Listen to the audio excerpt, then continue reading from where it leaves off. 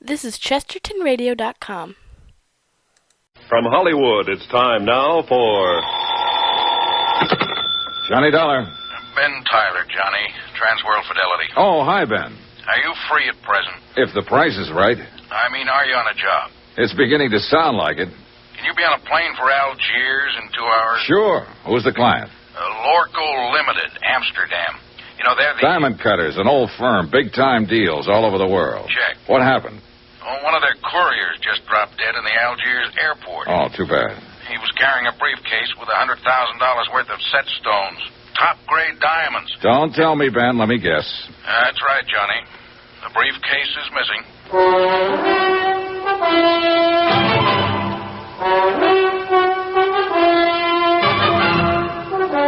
Tonight and every weekday night, Bob Bailey in the transcribed adventures of the man with the action-packed expense account, America's fabulous freelance insurance investigator. Yours truly, Johnny Dollar.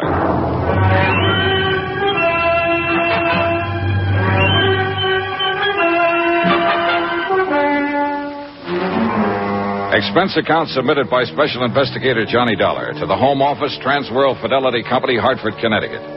The following is an accounting of my expenditures during investigation of the Lorcoe Diamonds matter.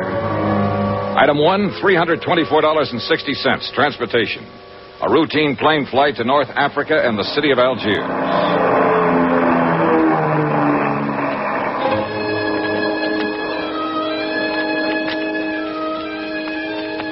It was an easy trip, and I felt relaxed and comfortable. A feeling that was rudely terminated about 10 seconds after I got off the plane. Why, Monsieur Dollar, are you not?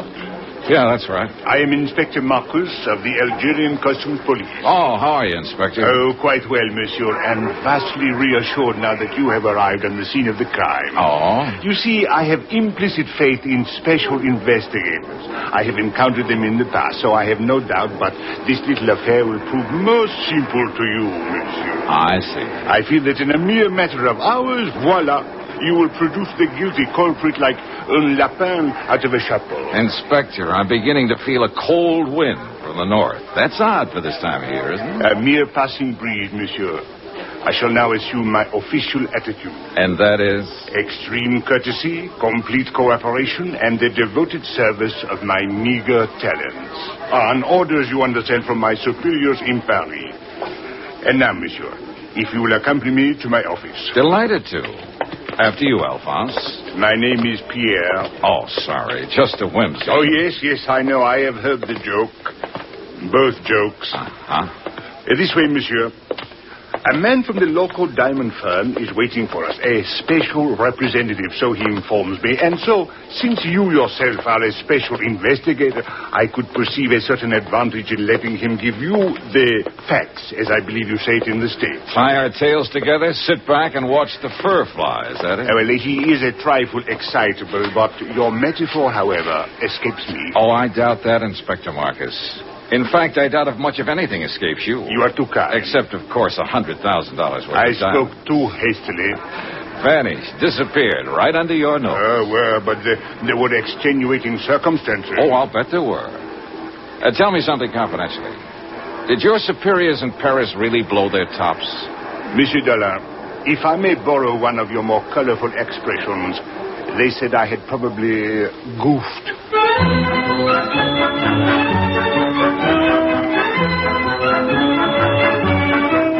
I'd met that same attitude before with local officials. To them, sending in an outsider implied they couldn't do the job themselves. And Inspector Marcus was on an even hotter spot. The air terminal was a port of entry to Algeria, under his jurisdiction, Customs Police. As he said, he goofed. Maybe. It is a matter which hath entire past all apprehension. But he was right on one thing. Hans Zeindorf, the Lorcoe representative, was a trifle excitable. In Amsterdam, it is unthinkable such thing have happened like this. Even in your New York, mein Herr Dollar, it cannot have happened. But here, in Algiers... It have happened. Yeah, this beautiful diamond gone. All gone.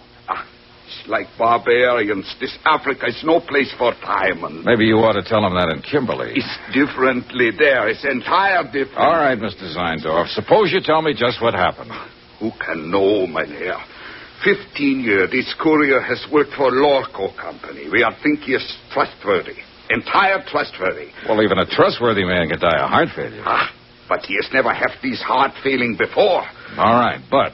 Perhaps it would be better if I were to, with your permission, of course, Monsieur Seindorf. Yeah, you tell. I am not talk this English much good. Precisely. These are the facts, Monsieur Dollar. The local courier, a man named Paul Gruber, arrived on the plane from Amsterdam yesterday morning. Yeah. Did you know he was arriving? I did not know, but the point is a very clever one. So, a short while before landing, Monsieur Gruber was taken suddenly ill. A doctor met the plane, and the stricken man was removed by stretcher and taken to the emergency clinic. In 20 minutes, monsieur, he was dead. Diagnosis, heart failure. Mais c'est la vie. Was there an autopsy, Inspector? Another excellent point, Monsieur Dollar. Thank you. Do not mention it. An autopsy is being performed this afternoon. Good. So the courier died. And then the briefcase? It was delivered along with his other personal effects, unopened, to the customs property agent here at the airport. And his name, the property agent? André Jourdain. He was very busy at the moment, left the briefcase lying on his desk, intending at the first opportunity to register and place it in the vault. But the opportunity didn't come, is that it? Precisely. Only a few minutes later, I heard a gunshot. Monsieur, he was lying on the floor in a pool of blood. He had been struck on the head. The briefcase was gone. All gone. This beautiful diamond gone entire. Yeah. When did you find out what was in the briefcase, Inspector? Almost 2 hours later. I radioed the Lorcoe firm in Amsterdam, informing them of the death of their employee. They replied immediately and stated that the briefcase contained $100,000 worth of diamonds and pieces. Works of art. Beautiful. One brooch, one necklace, 2 bracelets. Precisely. Yes. The jury was being flown here on approval for examination by a prospective buyer. Name of the buyer? The Countess Maria de Tolia. What do you know about her? Monsieur Dollar, if you had seen her, you would not ask. She is exquisite, lovely, chic, charming, spirited, full of the joie de vivre. And no doubt loaded with potatoes. With a woman like that, who would ever inquire? I would. Since it looks as though she might be the only person in Algiers who knew that $100,000 worth of jewelry was coming in on that plane. May we. But she could not have known that the courier was going to drop dead in the airport. A good point, Inspector. Merci, monsieur. What about that property agent, André Jourdain? Any chance of talking to him? But of course, if he is yet able to talk. Then I guess I'll... Talking is not enough, Relax, Mr. Seindorf. You're covered by insurance. Insurance is money. It's not my diamonds. Oh, well, if you don't want the money, you can always waive your claim. Mynheer Dollar, are you think that I am crazily, that I am entire crazily? I talked to the plane crew who'd come in on the flight with the dying courier. I talked to Inspector Marcus's men, who'd been with him when he found the property agent lying on the floor of his office. I didn't expect much, and I got just that. But it didn't matter. I figured I may have had my man spotted already. The same old story. An ambitious and underpaid government agent opening a briefcase to register its contents and seeing the diamonds there for the taking. Hiding them quickly, then a fake slugging and firing a gun at a non-existent thief. Yeah, an old story. Expense account item 2, $3.40. Transportation into town and taxi fare to the Hospital of Our Lady of Sorrows. Inspector Marcus had phoned ahead to authorize my visit. One of the sisters led me down the corridor to the door of André Jourdain's room. She motioned silently and then turned away. I stepped inside and closed the door. Monsieur? You're André Jourdain? Mais oui, but yes. What do you want? My name is Johnny Dollar. I'm an insurance investigator. My company is the underwriter on the Lorcoe diamonds. Why have you come here? Well, to ask a couple of questions. Of course, if you'd like to consult an attorney before... I have nothing to conceal, monsieur. What do you wish to know? Just exactly what happened when that briefcase disappeared. I have told it already to Inspector Marcus. Yes, I know. So now would you mind telling it to me? But there is no... Bien. I was working at the files when someone entered my office. I turned around and saw a man standing there, pointing a gun at me. Ever seen him before? No, monsieur. What did he look like? Well, he was quite tall. Heavyset? No, very thin, tall and thin. European, I believe. All right. What did he do? He ordered me to turn around, stepped up behind me, struck me with the gun. I fell against my desk. He grabbed the briefcase and ran to the door. You were still conscious? Oui, monsieur, but in terrible pain. I fumbled for my gun in the drawer of the desk and fired one shot. It is all I can remember. Uh-huh. You hadn't by any chance opened that briefcase? I had been too busy. And you didn't know what was in it? Not until they told me today. Andre, I wonder if you'd mind if I lifted a corner of that bandage and took a look at that wound on your head. If you are careful, it is very painful. Oh, sure, I'll be careful. Lie still now, please. It'll just take a second. I'll lift this edge and... I think I am lucky to be alive. Yeah, very lucky. Okay, thanks. It is nothing. Andre, do you happen to know the Countess d'Attolia? The Countess? Oh, monsieur, she is unquestionably... Yeah, I know. She's lovely, exquisite, charming, chic. Well, thanks for your cooperation, Andre. A pleasure, Monsieur Dollar. Take care of that head. It's the only one you've got. Oh, you Americans are so whimsical. Oh, yeah, we're all crazily, entire crazily. My pet theory was starting to limp. That slugging wasn't phony. It had taken 14 stitches to close the cut in Andre's head. Whoever hit him hadn't been kidding. They meant it for keeps. I walked down the corridor and stood waiting for the elevator, thinking it over, trying to figure it out. But no go. I needed more facts. And a moment later, I got more facts. Monsieur Dollar, I thought I would find you here. A clever piece of deduction, Inspector. Merci bien, monsieur. Don't mention it. What's on your mind? There should be something. Well, there's got to be some reason for that smug grin. What happened? Did the thief confess? Au contraire. I was on the point of asking what progress you were making on the case. You will be happy to hear none at all. Oh, that is too bad. Inspector. Extreme courtesy, complete cooperation, the devoted services of your meager talents. Remember? Touché. Actually, I came to tell you that I now have the report of the autopsy. The courier who died of heart failure. Only he did not die of heart failure, monsieur. Except, of course, in a very literal sense. Well, what did he die of? Poison. Well, that was the end of a good theory. The courier had started to get sick on the plane, so the robbery and the murder had been planned well in advance of his arrival. By somebody who'd known he was bringing in diamonds. And so far, only one person fit the bill. As lovely, charming, and chic a suspect as you could ever hope to meet. The Countess d'Attolia.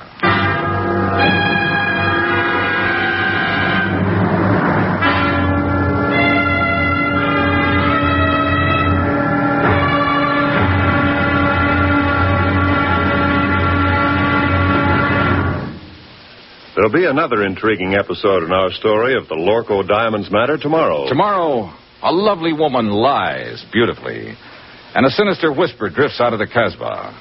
Join us, won't you? Yours truly, Johnny Dollar.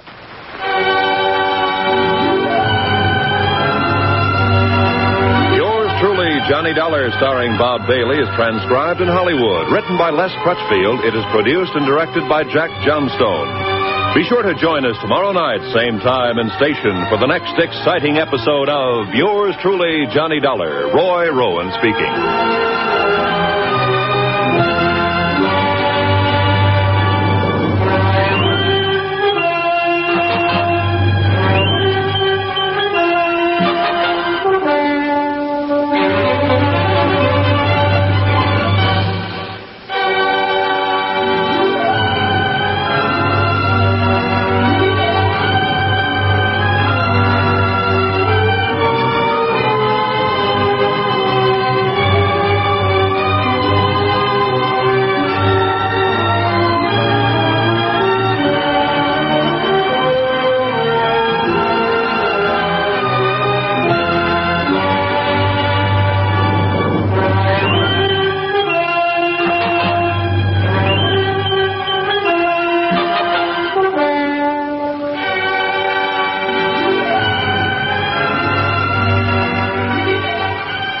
This is Chesterton Radio, your home for podcasts of works by G.K. Chesterton, plus drama, comedy, mystery, science fiction, big bands, and much more.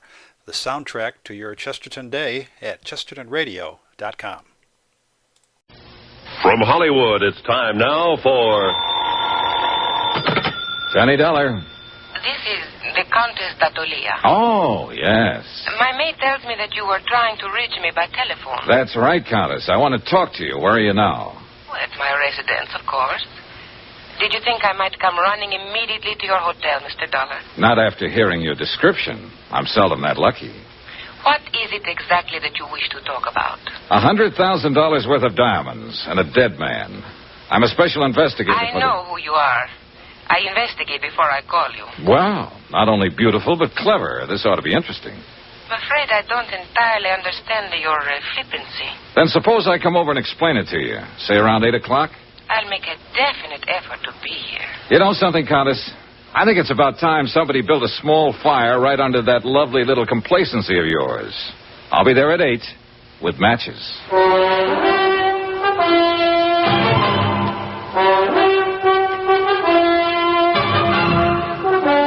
Tonight and every weekday night, Bob Bailey in the transcribed adventures of the man with the action-packed expense account, America's fabulous freelance insurance investigator. Yours truly, Johnny Dollar.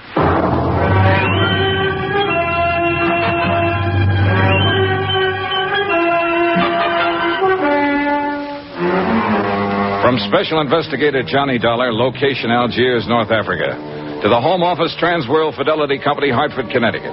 Assignment, the Lorcoe Diamonds matter. Expense account continued. Item 4, $6.80, dinner and appetizers. I'm never any good trying to spar with a lovely female suspect on an empty stomach. I was finishing up on black Algerian coffee and white Algerian brandy when a slightly green-eyed Algerian police inspector sauntered up to my table. Mon Dieu, Monsieur Dollar, you special investigators really do live well. In the lap of luxury. Pull up a chair, Inspector. Join me in a sarsaparilla? It is on your expense account? Be my guest. Merci, Monsieur. Bon, my favorite brand. Help yourself. Merci. Anything new? Nothing at all. A complete impasse. Allez, votre santé. Mm-hmm. What about the man who sat next to that courier on the plane? Find out anything about him? No, I'm still working on it. Which is to say, of course, my men are working on it. You police inspectors really do live well. I have to do my own legwork. But the glory, Monsieur Dollar. To come into a mysterious affair which has all the local police baffled, and to solve it immediately in one brilliant feat of deduction, to leave everyone gasping with admiration, to make one's exit to the sound of great applause. Not so fast, Inspector. I'm still back there with that brilliant feat of deduction. You have not yet found the solution? Just on the verge. Then I will drink to your success. With your brandy, of course, and with your permission. Go ahead. Drink up a storm. But I'm afraid I'll have to leave you pretty soon. But you can still go ahead. No, monsieur. I suggest you change your plans. You will learn nothing which has any bearing on this matter. Which plan do you mean? That of questioning the Countess d'Atolia. Who found that out? As a matter of fact, she phoned me and inquired about you. Oh, so that's how she investigated me. Went straight to headquarters. Mais oui. Remarkable woman. Talented, beautiful. Et cetera, and so on. And along with it, it's 9 to 1. She's in it right up to her pretty neck. No. She's really not the type. This is an excellent brandy, monsieur. An Algerian brand, I notice. All right, Inspector. Let's bypass the byplay and lay him out face up. I think I prefer it to cognac. I don't know how she does it, but she's got you hypnotized. Just mention of her name and you go into a tailspin. Every cockeyed one of you. Exquisite. Lovely. Maybe so, but in my book, she's a real suspect. Elucidate, monsieur. Well, it's simple enough. She's the only person in Algiers, that we're sure of at least, who knew that a shipment of diamonds was coming in on that plane.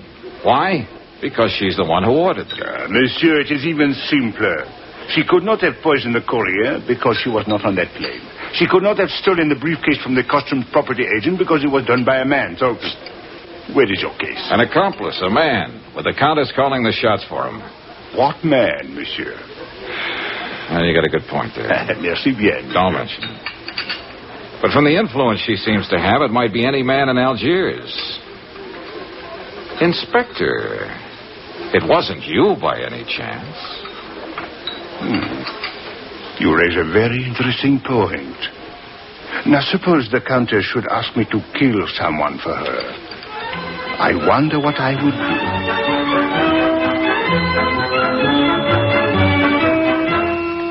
A page boy came into the dining room looking for me. I followed him out and took the phone call in the hotel lobby. It was the American consulate with some information I'd asked for them earlier. I hung up finally and looked at my watch. I was already late for my appointment with the Countess. So I walked out the door of the hotel and flagged a taxi to the apartment of the Countess d'Atolia. She lived in the swank genteel Bois de Louet, a residential district favored by top government officials and wealthy French businessmen.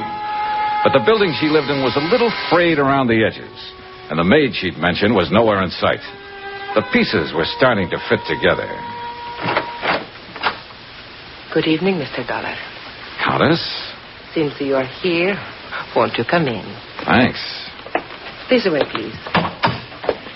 I'm rather surprised that you came. I was really not expecting you. Yes, I know. Did Inspector Marcus find you? Look, suppose we get it straight right now. You seem to have a lot of influence with the inspector, and probably with his superiors, too, from what I hear. Sit down, Mr. Dollar. Thanks. Well, do we play cat and mouse for a while, or do you want to give up right now, hand them over, and, as they say, throw yourself on the mercy of the court? I would like a cigarette. You could always claim that you fell in with evil companions, or that a man led you astray. They're in the box there by your elbow. A tall, thin man, for instance, with his collar turned up and his hat pulled down, carrying a gun when last seen after slugging a customs agent at the Algiers airport. Mr. Dollar, are you opposed to smoking on moral grounds? No, but I'm opposed to murder. Have a cigarette? Thank you. Light? Is there any other way of smoking there? Mr. Dollar, I expected you to come here and be annoying, but I didn't know you were going to be insulting as well. That's just my mean personality. You seem to be under the ridiculous impression that I actually had something to do with this crime. I think you have plenty to do with it. A sort of arch criminal, perhaps? Or what is it you call them in the States? Big shot? Oh, Countess, you're a scream. I'll bet that courier died laughing. If you have a reason for these opinions, or believe you have a reason, I think you'd better tell me about it. Otherwise, good night. Oh, I have more than one reason. In the first place, I'm not certain that anyone besides you even knew the diamonds were being sent here. Except for the Lorcoe company, of course, and they wouldn't be likely to advertise it. Mr. Dollar, all of my friends and most of my acquaintances have known for 3 weeks that I'd ordered that jewelry. Oh? Well, I have a copy here of a letter that was sent to you by registered airmail from the Lorcoe company in Amsterdam a week ago today. According to post office records, you received it 2 days later. Remember it? Yes, I remember. It states the name, flight number, and time of arrival of that courier who was murdered. I said I remember. And it cautions you specifically not to give that information to anybody. So even if other people did know, you're the only one who knew the exact time the diamonds were coming in and exactly who was bringing them. All right. Perhaps I am at fault in a way. There was a cocktail party at the government club the same evening I got the letter. I forgot it for a moment and told someone about it. Who? Just a girl I happened to be talking to. What's her name? It doesn't matter. She was just stopping over on a world cruise. Anybody else hear you? I don't know. The place was packed.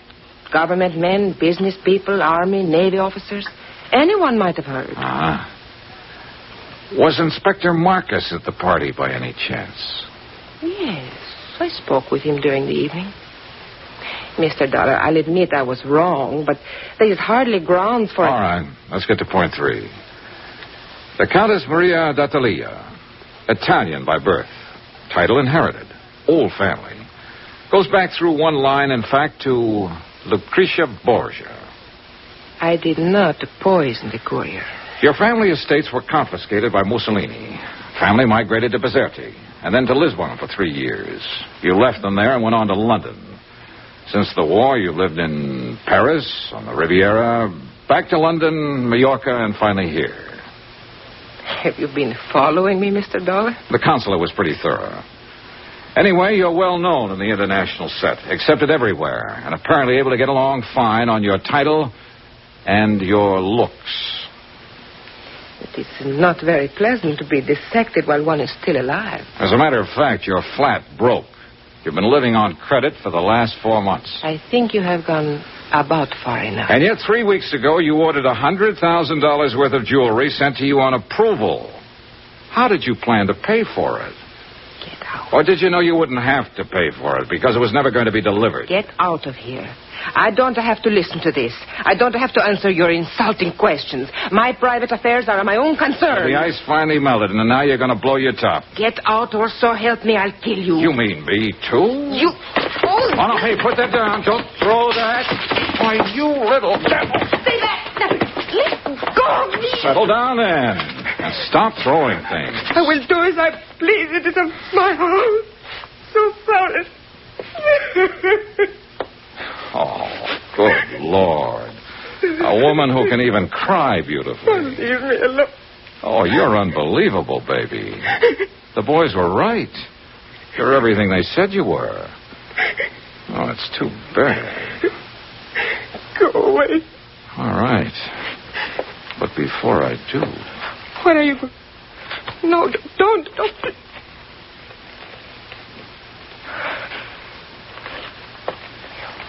Why did you kiss me? Oh, it beats me. Just call it a sudden impulse. Then you have changed your mind? You don't really think I'm guilty? Oh, honey, I still think you're in this up to your ears. And I'll still bring you to trial if I can. And I still want to kiss you. You figure it out. Why figure, Johnny? I liked it, too. Oh, you ought to be locked up. If for no other reason, just to protect the guys who... What is it, Johnny?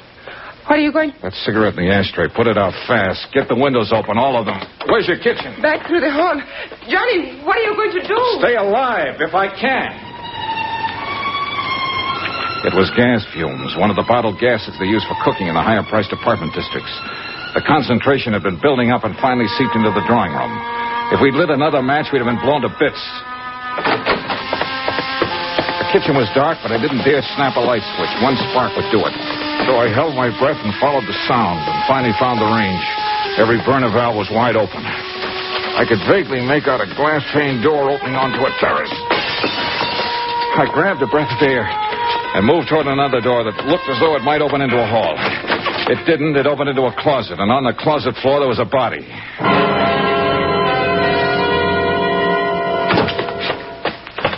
What happened, Johnny? Why did you go...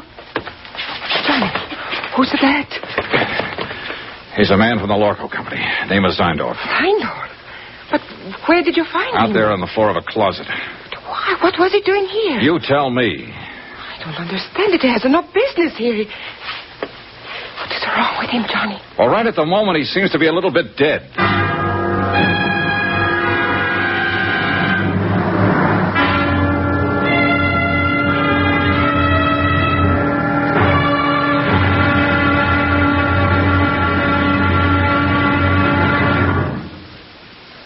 There'll be another intriguing episode in our story of the Lorcoe Diamonds matter tomorrow. Tomorrow, a desperate fight in an Algiers alley, a killer is named, and a lovely lady confesses her shame.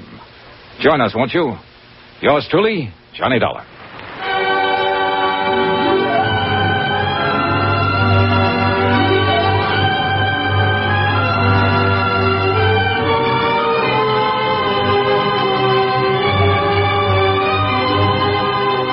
Yours truly, Johnny Dollar, starring Bob Bailey, is transcribed in Hollywood. Written by Les Crutchfield, it is produced and directed by Jack Johnstone. Be sure to join us tomorrow night, same time and station, for the next exciting episode of Yours truly, Johnny Dollar.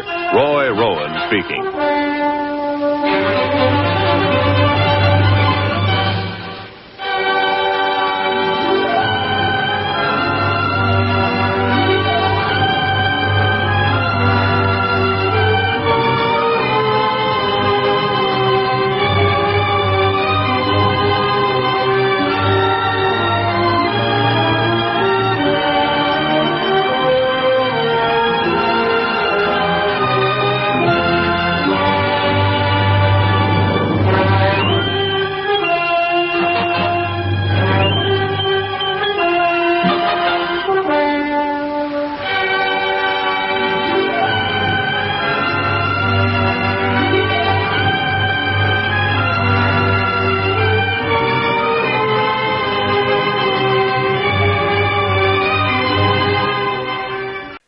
listening to Chesterton Radio at chestertonradio.com.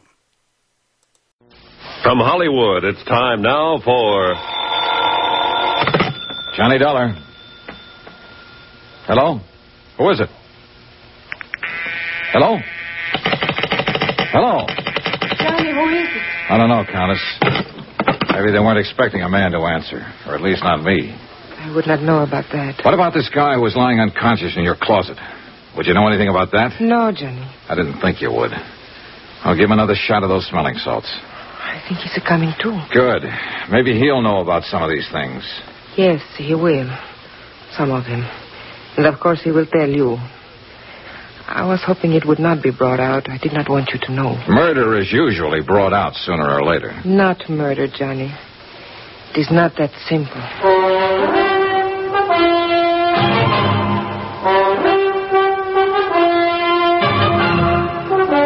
Tonight and every weekday night, Bob Bailey in the transcribed adventures of the man with the action-packed expense account, America's fabulous freelance insurance investigator. Yours truly, Johnny Dollar.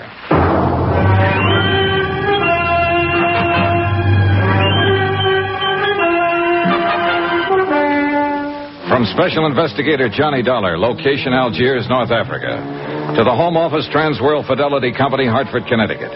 Assignment, the Lorcoe Diamonds matter. Expense account continued. Item 6, $9.30. Smelling salts and a bottle of scotch. The smelling salts were needed for a double-talking fellow named Zeindorf, who'd managed to get himself gassed half to death in a closet. A representative of your client who suffered the $100,000 loss, Lorcoe Diamonds of Amsterdam. The scotch was for me. Johnny, he does not like it. Should I go on holding them under his nose? Yeah, sure. Keep shoving them at him until he's strong enough to fight you off. That's how smelling salts work. A person has to come to in sheer self-defense. Nine, stop. Is more too plenty already. My nose is killed, dead. No more. Maybe you've been poking it into the wrong places. What were you doing in that closet, Mr. Zeindorf? It's nothing. I can tell you the entire thing in 2 words. Use more if you need them, but make it good. Nobody has found this beautiful diamond. Nobody has do anything. So I'm come looking for my own self. In that closet? 9 is only for hiding. I am wait for everybody going away, going at sleep. Then I am going to looking. In my apartment. What made you think they would be here? You are pleased to forgiving me, Fräulein, but I am not taking the chance. I'm think to looking every place. Who turned on the gas out there? Do not ask it. I know nothing. I think I have sleeping some maybe, and when I have waking, I am died almost. Yeah. Well, apparently somebody was out to get one of us at least. Hey, what about that maid of yours, Maria? Or is there one? Of course. She... You know, that is strange. She disappeared about the time you arrived, slipped out without a word. Does she live here? I think she lives up in the Casbah. I hire her through the agency. I see. Do you think she did it? Oh, the more I find out, the less I'm sure of. Maybe Mr. Zeindorf did it, trying to commit suicide over his missing trinket. 9. Suicide is one thing I am not. And I desist to listen no more. I am to leave here immediately. Oh, by the way, Mr. Zeindorf. Yeah, what is it? As I understand it, you boys in the international jewelry business are ordinarily pretty cautious in your dealings. Yeah, the prudence, Mynheer. Always the entire prudence. That's what I mean. You always investigate a new client thoroughly before you take any chances. Is that right? Is entire correct? Johnny, no. Then why did you send $100,000 worth of diamonds here to Algiers at the request of a woman who doesn't have a cent to her name? Why, it is to me these things are always happen. Mynheer Dollar, I am the highest ethic of business. I cannot give you answering. Well, one of you better give me an answering. Oh, it is all right, Mr. Zeindorf. Please, you tell Contessa. All right. What he is trying to say, Johnny, is this. It did not matter about my financial standing because I was not actually a client. What do you mean? You ordered the stuff? Yes. Several pieces on approval, so I could make a selection. anything up to $20,000. Somebody else was paying for it. It was being given to me as a gift. By whom? A fellow countryman of yours, a man named Charles Barrett. He's been here 3 months, lives on his yacht. Mr. Zeindorf, how did you know this man Barrett would pay for the diamonds? By the letter, mynheer. What letter? When I wrote to the Lorcoe firm, I took the liberty of enclosing a letter written to me by Mr. Barrett. His own authentical signings. We investigate immediately. What sort of a letter was it? He promised to pay for a gift of jewelry up to $20,000 of my own selection.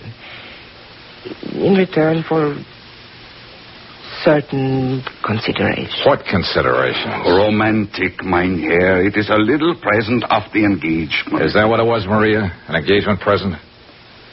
Yes. I see. I think I go now. It's too much has happened in this place.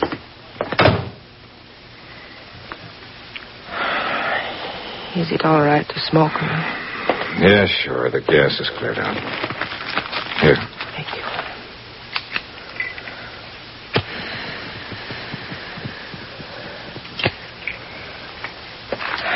I wish you hadn't kissed me, Johnny. I thought you said you liked it. I did. That is why I wish you hadn't. Are you trying to say that... Oh, relax, Johnny. I am not a child. No, I have not fallen in love with you any more than you have with me. But I could. Very easily. What about this man Barrett? What's he like? Oh, an overbearing, spoiled, middle-aged little boy. The price sounds kind of high. What else is there? Ever think of working? Where? At what? In Italy, yes. But you know what's open there for an impoverished countess. Yeah, I know. And I suppose you can't get a work permit anywhere else, is that it? Oh, forget it, Johnny. All I know how to do is be highly ornamental, say the right things to the right people, do the right things at the right time, and eat by stealing caviar at cocktail parties. You go hungry a lot that way. Yeah, I guess it's rough. Well, don't let it throw you, honey. You're not the first girl who married for money. What? I guess you don't understand. Nobody has said anything about marriage. Oh, I see. Well, Johnny, I imagine you will be leaving now. So, good night, Johnny. Goodbye.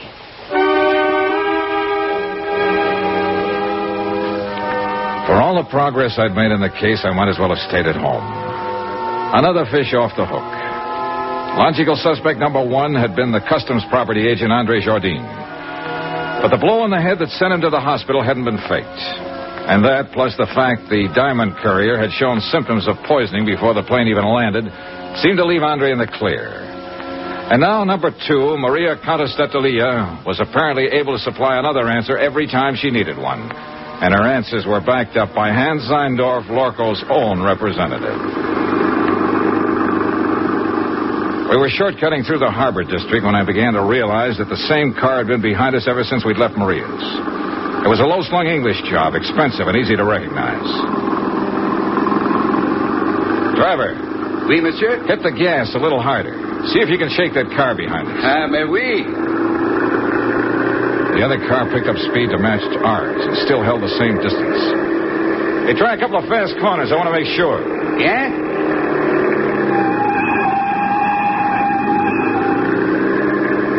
The next place where the street narrows down. Stop fast. Swing crosswise. Block off the road. I want to stop that guy and have a talk with him. Hey, you understand what I mean? Mais oui, monsieur. Just like in the movies. Yeah, well, something like that. Hey, there's a place coming up. Let's have a go at it. You do not worry. I will do it good. Yeah, I only hope we've seen the same movies. Now, monsieur. I was out of the cab fast and running back down the street. The other driver had jammed on his brakes and finally skidded to a stop against the curb. I reached for the handle, jerked the door open, and the man inside came out swinging. A big man, little on the beefy side, but plenty tough. I didn't know him, never seen him before. He fought silently and fought hard, but he was a sucker for a left. I knelt down on the pavement and started to go through his pockets. I hadn't even noticed the other car pull up. Nom to explain, Monsieur Dollar. Huh? Do you merely plan to rob him, or do you also intend to cook him and eat him? Oh, you really get around, Inspector. A policeman must socialize, monsieur. It broadens the outlook. Come, we walk. My chauffeur will take care of reviving your victim. Do you happen to know the victim? May we? He's Monsieur Charles K. Barrett of Chicago. Maria's ex-boyfriend. Something of the sort, I believe. How did you happen to get here so conveniently? Oh, I was following you. Farther back, of course. Then why didn't you pitch in when the fight started? And spoil such a remarkable display of fisticuffs? Okay. It is true the footwork was mediocre, but the verve, the enthusiasm, the violence, superb, monsieur. I can't quite figure you, Inspector. Well, sometime we must talk about it. Monsieur, you will be most happy to know that we have identified the person who occupied the plane seat next to the Diamond Courier. Oh? They shared a bottle of wine during the flight. Undoubtedly, that is how the poison was administered. And who is the person? A man named Bobo. Bobo? Oui. He is well known in the Casbah. He is a thief, smuggler, dope peddler, and, it is said, he can be hired as a killer. Have you picked him up yet? Well, I have not tried to. Why not? Why not? Monsieur, in the Casbah, at the sight of a uniform, everyone vanishes, like rabbits in their holes. The Casbah, huh? Another thing. The property agent who was struck on the head, Andre Jourdain, he has disappeared from the hospital. Disappeared? How? His window was open, the room was upset. It was very odd. Yeah. Well, look, Inspector, I think I'll get on back to the hotel and get some sleep. No, as you wish. Yeah, I'll talk to you tomorrow. Oh, there is one more thing, Monsieur Dollar. Huh? I think perhaps I should warn you of something in the event you should call again on the Comtesse. Warn me of what? Well, 2 days ago, I installed a dictaphone in her apartment. You what? I must admit I found your conversation this evening most entertaining. Inspector, you are a rat. Oh, please do not concern yourself in the least. I am the soul of discretion. Maybe. Monsieur, I am a Frenchman.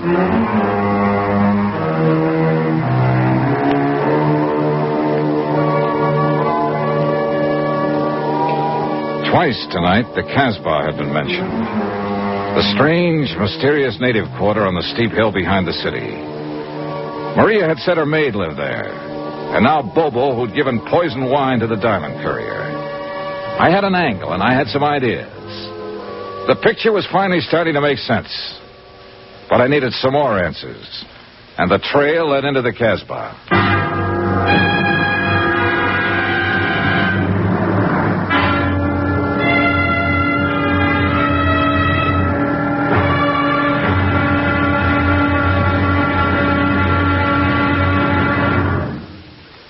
There'll be another intriguing episode in our story of the Lorcoe Diamonds matter tomorrow. Tomorrow, a bungling fool, a tightening net, and a violent death in a crooked alley of the Casbah. Join us, won't you? Yours truly, Johnny Dollar.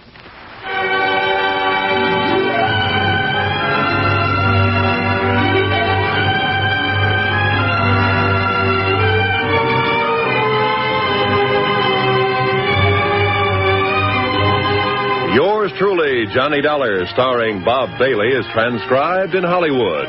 Written by Les Crutchfield, it is produced and directed by Jack Johnstone. Be sure to join us tomorrow night, same time and station, for the next exciting episode of Yours truly, Johnny Dollar.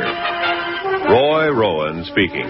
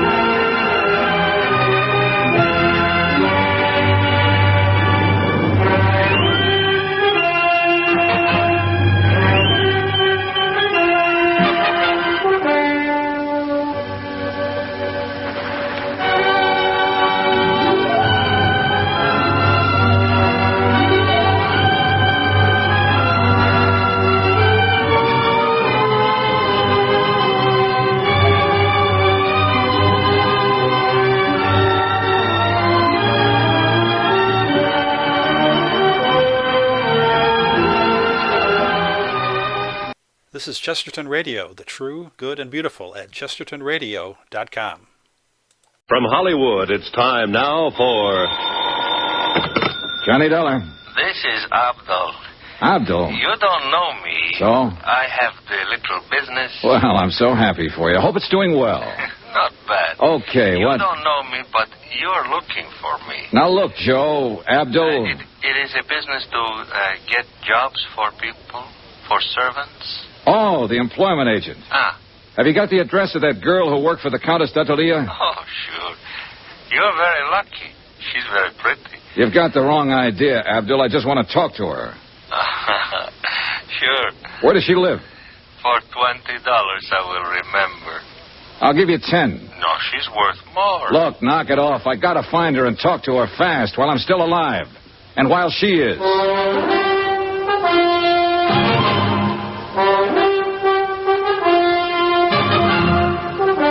Tonight and every weekday night, Bob Bailey in the transcribed adventures of the man with the action-packed expense account. America's fabulous freelance insurance investigator. Yours truly, Johnny Dollar.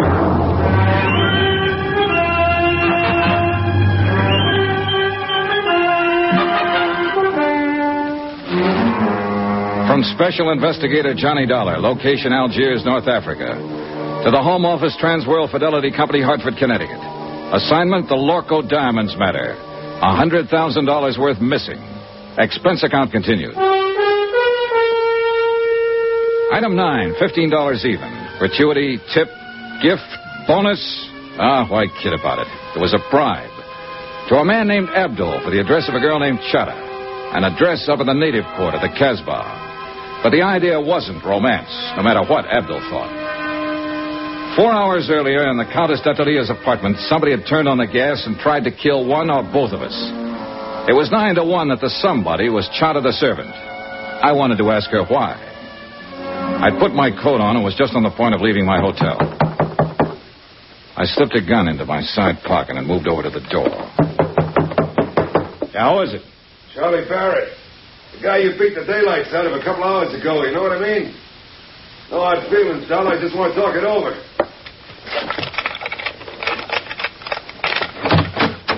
All right, Barrett. What's on your mind? You object if I come inside? It's kind of personal, you know what I mean? Probably. All right, come on in. Much obliged. Hey, I didn't know who you were, but when we got in that little fracas, that there cop told me about it afterward. Man, you really got a wallop on you. You make a fella know he's had it, you know what I mean? Is that why you're here, a post-mortem on the fight? No. That's done and over. You whipped me fair and square, as far as I'm concerned. Hey, Barrett, if you've got anything to say, let's have it fast. I'm in a hurry to get out of here. Oh, well, I sure don't want to take up no more of your time than necessary. I know how it is. Of course, I'm on vacation now, but back in Chicago, I'm in the meat business. Look, Barrett, would you please? At least in a way I am. I'm in byproducts, actually. You know what they say? Use everything but the squeal. Well, I'm the fella that cans the squeal, you get it? Oh, brother. What I come here for was maybe to get it straightened out about that dame. Do you mean the Countess d'Atelier? Countess. Them titles are a dime a dozen. I can buy them, sell them like sausages. Well, what about her? Now, look, neighbor, I was figuring to come here and put it to you man to man. You know what I mean? I know what I'm beginning to think you mean. I figure when you seen my position, you'd want to do the square thing. Like anybody on the right side of the fence would. You with me, neighbor? You better drop that neighbor business. I've moved. Well, Dollar, the thing stacks up like this. Now, I already had my claim staked there before you even got in town. I got a lot of money invested in that dame. Barrett, so help me. I've been taking her around places, you know, feeding her, buying her, one thing and another. Why, I was even going to kick through for a 20-grand chunk of ice for her. Well, she and I had that fight last week. You what? That dame's got highfalutin ideas. What fight? What are you talking about? Well, I just put it to her, cold turkey. I told her she had to quit Jenny flipping around with all those other fellas. Or I just wasn't going to have nothing more to do with her. Well, that made her mad, you understand? She lit into me. Man, you ought to hear that dame talk. When she's mad, you'd think hey, that look, when was this fight? Was it before the diamonds were sent here? Well, sure. Sure, I said if that's the way she was going to act, she could forget about them diamonds. Well, I ain't seen her since or talked to her, but I just can't seem to get her off my mind. Now, look, Dolly, you was in her apartment there for 2 hours and 40 minutes tonight, and I don't like it. It bothers me. Strictly business, Barrett. and I got to get going. Now, wait a minute, Dollar. Just wait a minute. We still got something to settle here. Like I told you, I got Oh, Barrett, get out. You better hold your horses. I don't know if you know the name C.K. Barrett, if that means anything to you. But I got influence back there in them United States. So it's the hard way, huh? Look, you just work for that company of yours. You're nothing but an employee. And if you think you can talk to me like you can to some of these foreigners, then here, now. Still a sucker for a left. Hello, room service. This is Johnny Dollar. Some drunk just wandered in here and passed out. Will you send up a couple of boys to drag it out in the hall?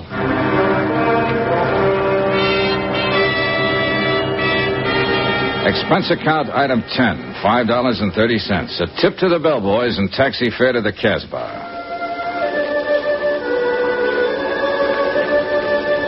The taxi dropped me off at the end of the causeway, and from there on I walked. It was late, well after midnight, but the narrow, crooked alleys were teeming with life. Some of it out in the open, some of it under cover. Small groups of people met together here and there along the cobbled streets. Men of 24 tongues and dialects. And women, too, slipped silently in and out of the dark doorways, or crouched over tables in the dim-lit cafes and coffee houses. Groups usually fell silent when I passed and stared with hostile curiosity. The Casbah, backwash of North Africa. Little known, seldom bothered, and scarcely policed. And for an outsider, especially at night, more dangerous than dynamite. The address Abdul had given me turned out to be a coffee house, but it could still be legitimate. And there was only one way to find out.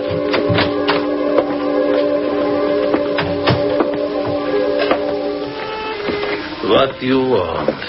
I want to see Chata. What for? Private reasons. Chata's not here. Where can I find her? Take a seat. Table in the corner. Maybe she come.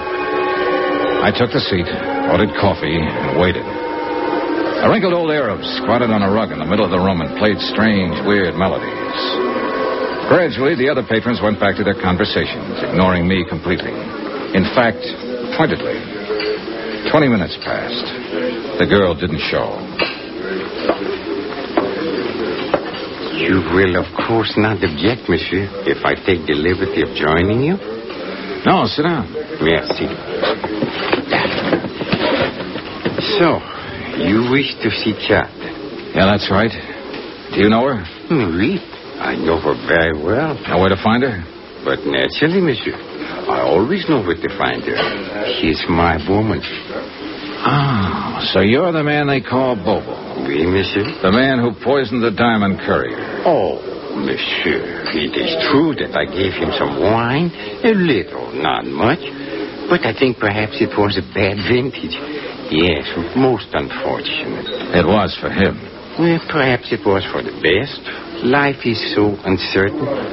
But I do not wish to think of such unpleasantness. Instead, let us talk about diamonds. Let's talk about killing, or attempted killing. Is Chata the one who turned on the gas in the Countess's apartment? It is possible that she did that. On whose orders? It was nothing personal, monsieur. I didn't even know that you were going to be there. I see. Then you really meant to... Diamonds, monsieur. That's enough of this foolish talk of killing. All right. All right, what about the diamonds? You were sent here by the company that has insured them. Is that not correct? Yeah, that's right. And this company would like very much to recover these diamonds? That's why I'm here. C'est bien. Now, I'm told that these companies sometimes give large rewards. Agree to an arrangement of a sort? Make a deal, you mean? With no questions asked. Yes, exactly. Now, is this thing true, monsieur? Is it possible that you would... Do you have the diamonds, Bobo? Well, let us say that I'm able to direct you to their location. You could almost call that a confession. What does it matter, so long as we are in the Casbah? Oh, yeah, sure. I imagine you have been spotted all over the place. At least 30, right in this room. I am in no danger here, monsieur. Tell me something. You didn't pull off this job by yourself. Who else was in on it? I only wish to talk about the diamonds. Well, can we come to an arrangement? Bobo, I don't make deals with murderers. It is better that you do not use such words, monsieur. It's true, though, isn't it? That is not the question. It is only that I resent the insulting way in which you... Calm down. Why you coming here? Bobo! Wait. Did you arrange for the police to come here, monsieur? I'm as surprised as you are, Bobo. Consider this matter of the deal. We will talk more at some other time, eh? The patrons rushed for the doors, and in 1 minute flat, the coffee house was empty. Even the owner was gone. I was the only one left. 3 minutes later, the inspector, with a flying squad of 20 men, came bursting in from the street. Well, Monsieur Dollar, I'm happy to find you are still alive. Why don't you get lost somewhere? For you, I think it most fortunate that we arrive in time. Oh, sure, in time to foul up the only lead I had in this case. To lose a suspect is better than to lose one's life, monsieur. Look, Inspector, I was holding a gun in my pocket, covering Bobo from the second he sat down at the table. But, monsieur, 30 men or not, if it had come to a showdown, he couldn't have done a thing. Because he'd have been the first one to get it, and he's smart enough to have known that. But I thought Let's face it, Inspector, you've done it again. You goofed. But I was only thinking perhaps... Oh, Dieu, what is to happen next? The shooting was somewhere outside, but it hadn't been the police. All of the inspector's men were inside the coffee house. He gave them orders quickly, and they fanned out to search the area. The streets were empty now, dark and silent, not a soul in sight. We split up into pairs. I worked with Inspector Marcus for a while, then left him and searched alone along a narrow side passage. And that's where I found him. He'd been shot 3 times in the back, and he was dying. Monsieur Dollar. Yeah, Bobo. You can forget that deal, I think. Yeah. It's a little too late for deals now. Who was in on it with you, Bobo? Look, you've got nothing to lose by talking. You know that, don't you? Accept my honor, monsieur. As a citizen of the Casbah. Who shot you? A dragon, monsieur. 12 feet tall, with fiery eyes. All right, Bobo, all right. But just tell me this, just one thing. Are you the man who attacked the property agent at the airport, the man who slugged Andre Jourdain? Oui, monsieur. I do it very good. No, almost I kill him. It's too bad.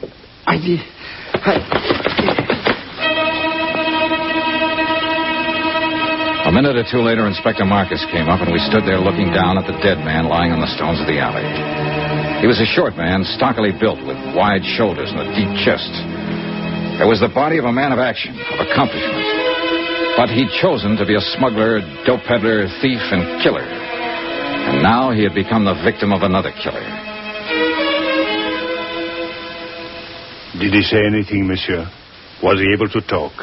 Yeah, enough. Eh? What is it you mean, monsieur? Do you know who is guilty of this? Yeah, that's right, Inspector. I know the whole story now. The whole filthy, rotten story.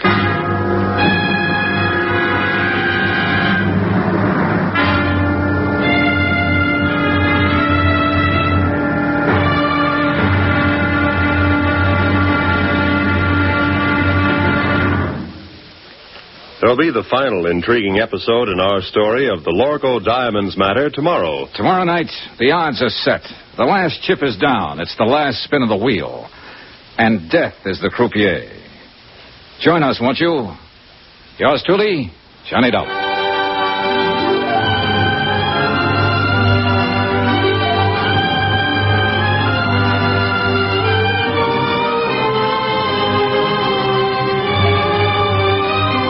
Yours truly, Johnny Dollar, starring Bob Bailey, is transcribed in Hollywood.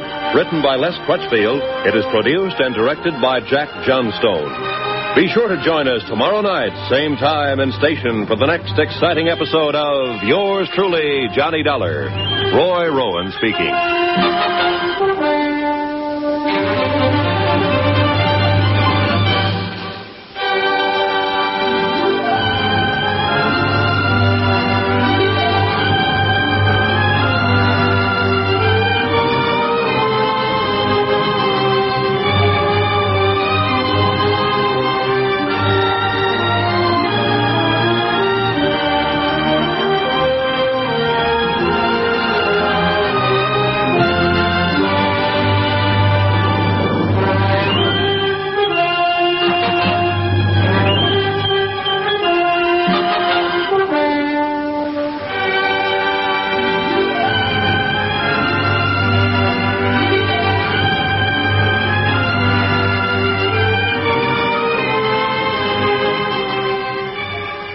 This is Chesterton Radio, the true, good, and beautiful at chestertonradio.com.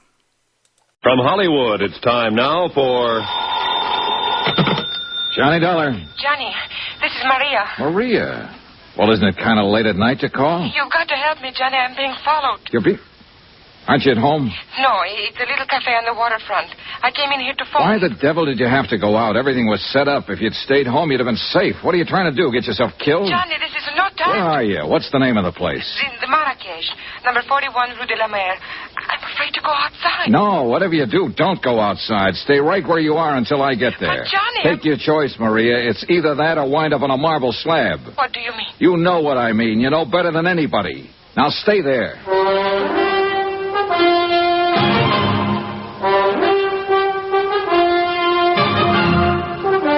Tonight and every weekday night, Bob Bailey in the transcribed adventures of the man with the action-packed expense account, America's fabulous freelance insurance investigator. Yours truly, Johnny Dollar.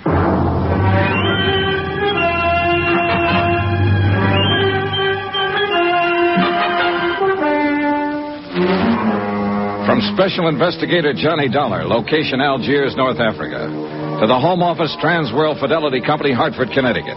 Assignment, the Lorcoe Diamonds matter.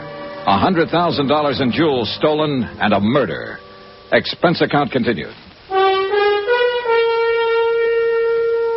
Item 12, $2.20. Taxi fare to the waterfront of the Marrakesh Cafe. There was no time to lose and no time to get help from Inspector Marcus. A half hour earlier, he'd set a trap, and he and his men were staked out around Maria's apartment house waiting. But apparently she'd gone to the cafe before he got there. So now the whole thing had blown wide open.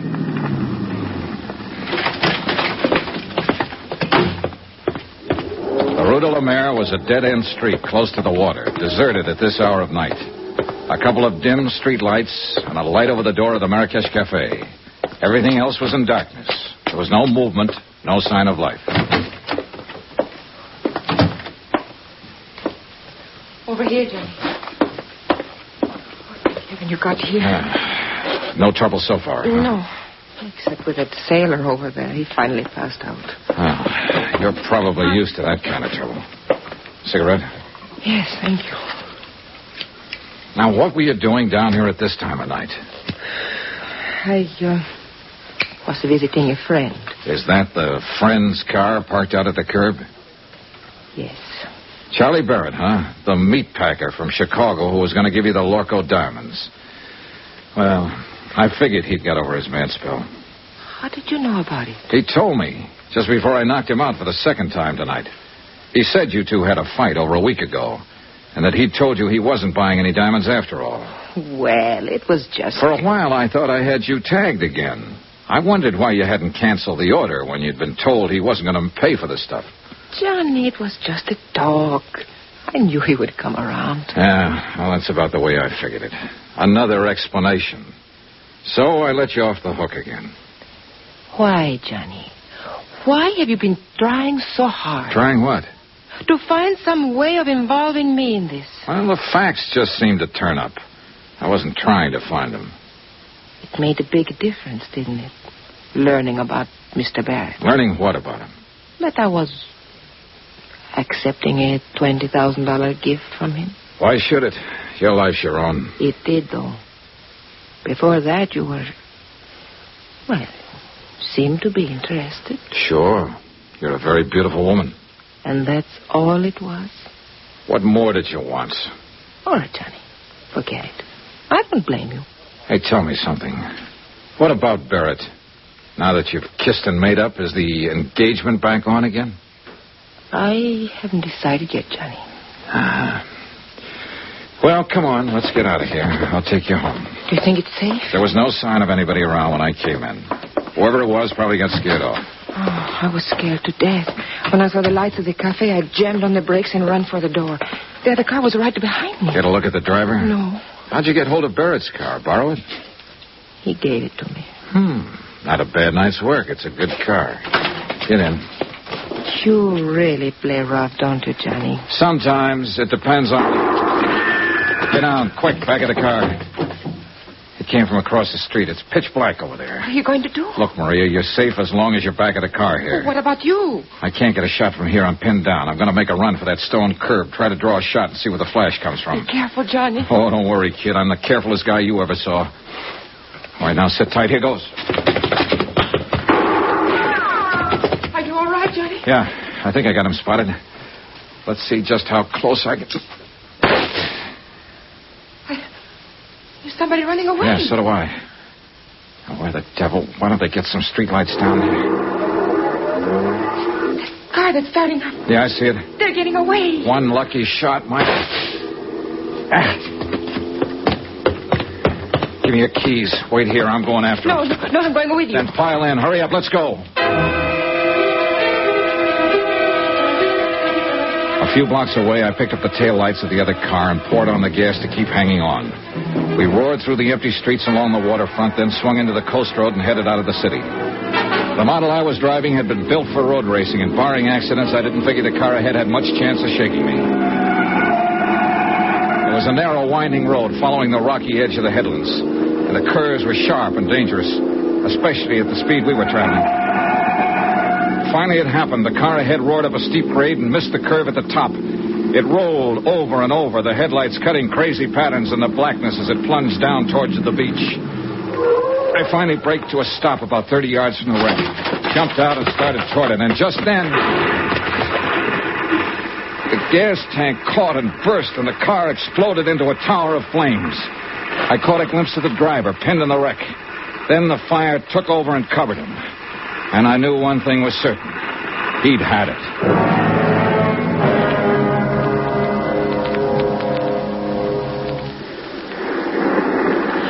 It's dying down. Yeah. The gasoline is all burned down. Oh, what a terrible way to die. What way isn't? I guess...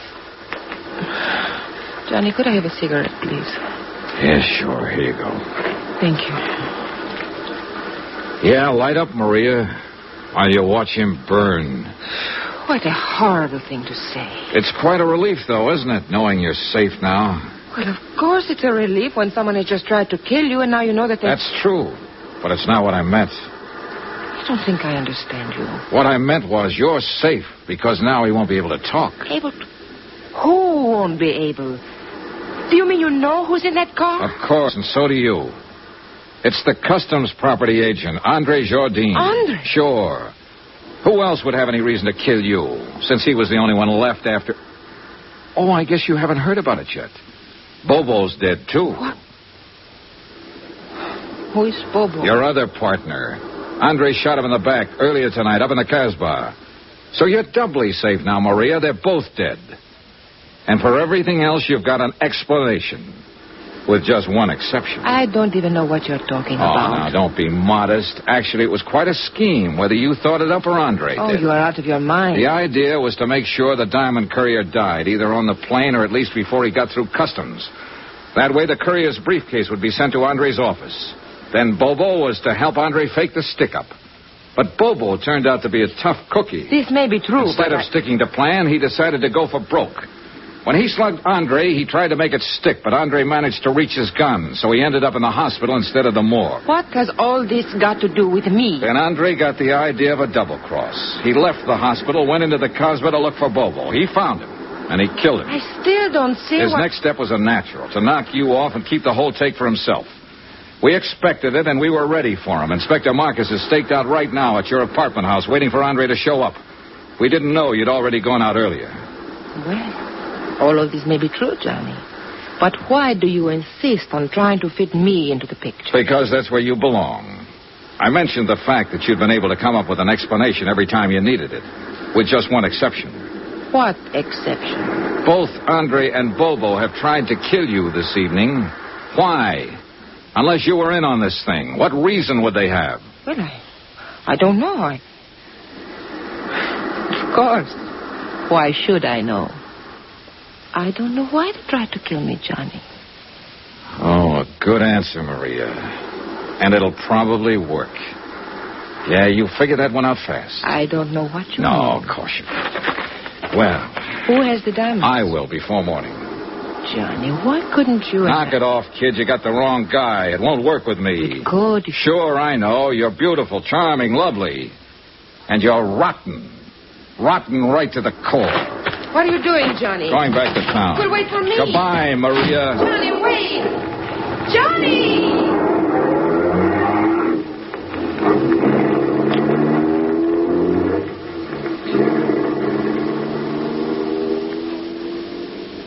An hour later, I was out at the air terminal in the Customs Property Office watching Inspector Marcus open a vault. Mon Dieu, what a nuisance. Always they make these combinations so difficult. That's the general idea, Inspector. True, but still one would think that... there we are. And now, if you are correct, Monsieur Dollar, we shall soon have our hands... There, that briefcase in the corner. Oui. It is the one. Good. Let's have a look at it. It will be necessary to force the lock. Here, try it open with this. Looks like an easy one. It is merely a matter of... Voila. Ooh, beautiful, no? Yeah. Too beautiful. Tell me something, Monsieur Dollar. What made you know that Andre Jourdain was guilty? Something Bobo said, just before he died. Hmm? Yeah. He confessed he was the man who had slugged Andre. But Andre had described his assailant as tall and thin. Bobo was short with a stocky build. Andre had lied.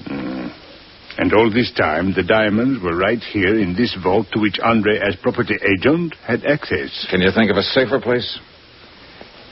Hey, Inspector, what about Maria D'Attoria? Well, I am inclined to agree with you, Monsieur Dollar, but... well... Yeah, I know. Nothing but suspicion. Yeah, precisely.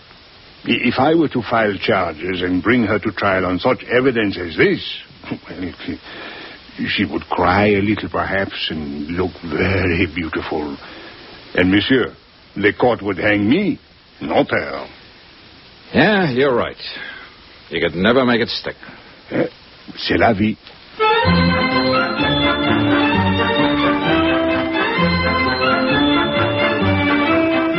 Expense account item 13, $624.80. Hotel, meals, and incidentals in Algiers and transportation back to the States. Expense account total, $1,214.60. End of expense account. End of report. Remarks? Social item. To be circulated widely. The Countess Maria D'Attoria was married yesterday to C.K. Barrett, a big tycoon in the meat business. The happy couple will make their home in Chicago. All companies in that area who may be asked to underwrite insurance on the life of C.K. Barrett don't.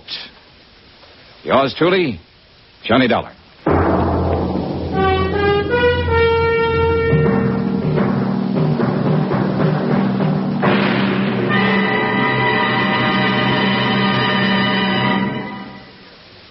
Remember, there'll be a new exciting story on Johnny Dollar beginning next Monday. Next week, the Broderick matter, an exciting chase after a charming, beautiful girl. After all, who wouldn't? Join us, won't you? Yours truly, Johnny Dollar.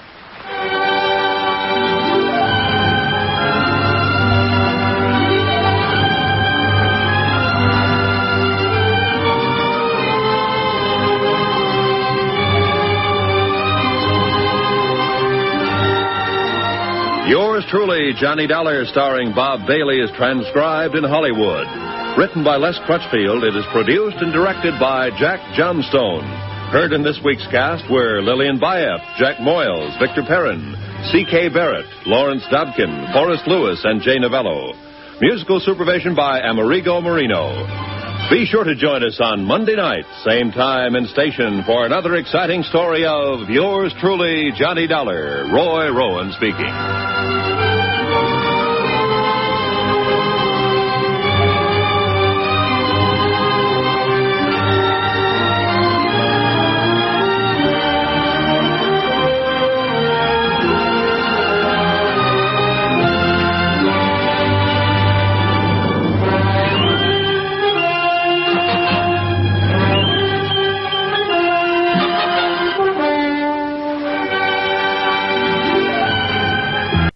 This is ChestertonRadio.com.